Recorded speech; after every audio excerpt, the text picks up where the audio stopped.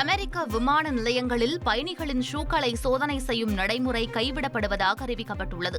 அமெரிக்க விமான நிலையங்களில் பயணிகளின் உடைமைகள் சோதனை செய்யப்படும் போது காலணிகளையும் கலற்ற வேண்டிய நடைமுறை கடந்த 20 ஆண்டுகளுக்கும் மேலாக இருந்து வந்தது. இந்நிலையில் பயண கொள்கையில் மாற்றம் செய்யப்பட்டு ஷூக்களை கலற்றும் நடைமுறை ரத்து செய்யப்படுவதாக விமான போக்குவரத்து பாதுகாப்பு நிர்வாகம் அறிவித்துள்ளது.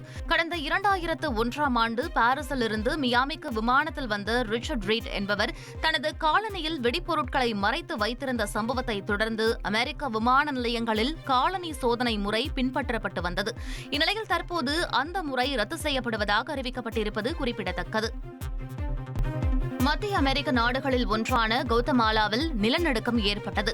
தலைநகர் கவுதமாலா சிட்டியில் இருந்து 60 கிலோமீட்டர் தொலைவில் ஏற்பட்ட இந்த நிலநடுக்கம் ரெக்டர் அளவில் 5.2 பதிவாகியுள்ளது. நிலநடுக்கத்தின் போது கட்டிடங்கள் குலுங்கியதால் பொதுமக்கள் அச்சமடைந்தனர். இதனிடையே நிலநடுக்கத்தின் போது வணிக வளாகம் ஒன்றில் இருந்த மக்கள் அங்கிருந்து பதற்றத்துடன் வெளியேற முயன்ற காட்சிகளும் அந்நாட்டின் தேசிய நிலநடுக்கவியல் ஆய்வு மையத்தில் கணினி மற்றும் மேஜைகள் குலுங்கும் காட்சிகளும் வெளியாகியுள்ளன.